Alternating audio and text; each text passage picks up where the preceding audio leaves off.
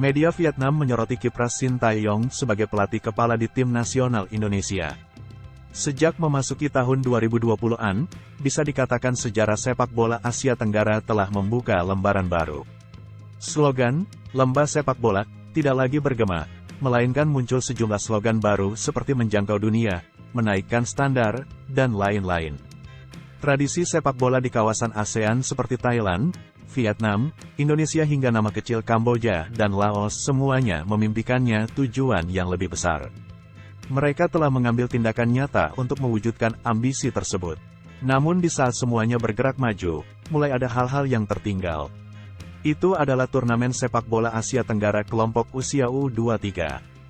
Dalam 2 periode terakhir, Vietnam dan Thailand tidak menunjukkan faktor terkuat mereka, malah semakin diremajakan, menggunakan pemain U19, U20, bahkan banyak pemain U17 dan U18 yang mengikuti turnamen. Tahun ini, dengan jadwal yang sangat dekat dengan turnamen kontinental termasuk Asian Games dan kualifikasi Piala Asia U23, turnamen Piala AFF U23 tahun 2023 bahkan tampak lebih diremehkan. Banyak negara seperti Vietnam, Thailand, dan Malaysia yang memilih menjaga kualitas pemain terbaiknya untuk ajang kualifikasi Piala Asia U23 tahun 2024.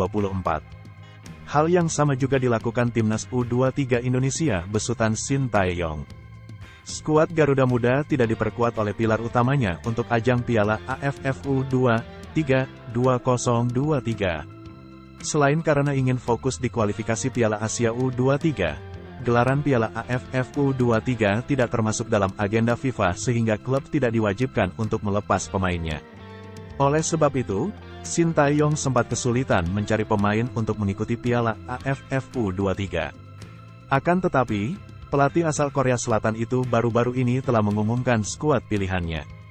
Dalam daftar pemain Indonesia yang akan tampil di Piala AFF U23, beberapa di antaranya adalah pilar yang sukses meraih medali emas di SEA Games ke-32, yakni Hernando Ari, Alfeandra Dewangga, Ramadan Sananta, Fajar Fatur Rahman, dan Rizky Ridho. Namun daftar itu tidak termasuk nama pemain naturalisasi Belanda Rafael Struijk dan Ivan Jenner. Meski demikian, media Vietnam, bongga.com.vn, menilai bahwa skuad Timnas U23 Indonesia memiliki pengalaman yang lebih unggul atas rival-rivalnya di Piala AFF U23. Melihat komposisi pemain Timnas U23 Indonesia, media Vietnam tersebut merasa bahwa ini adalah waktunya bagi Shin Tae-yong untuk memenangi gelar juara bersama tim Garuda. Betapa besar tekad PSSI, Federasi Sepak Bola Seluruh Indonesia, untuk menjuarai kejuaraan U23 Asia Tenggara, tulis dalam artikel bongga.com.vn. Posisi tertinggi juga akan menjadi satu-satunya tujuan Shin Tae-yong, tidak bisa sebaliknya. Sejak mencapai final Piala AFF tahun 2020, ahli strategi, berjuluk Mourinho Asia, itu tak banyak membawa keceriaan bagi timnas senior dan U23 Indonesia. Kegagalan di Piala AFF U23 tentu akan merusak reputasi nama Shin Tae-yong di mata fans Indonesia. Jika Shin tidak bisa mengangkat trofi bersama U23 Indonesia di Thailand, maka kedatangan mereka akan sangat tragis.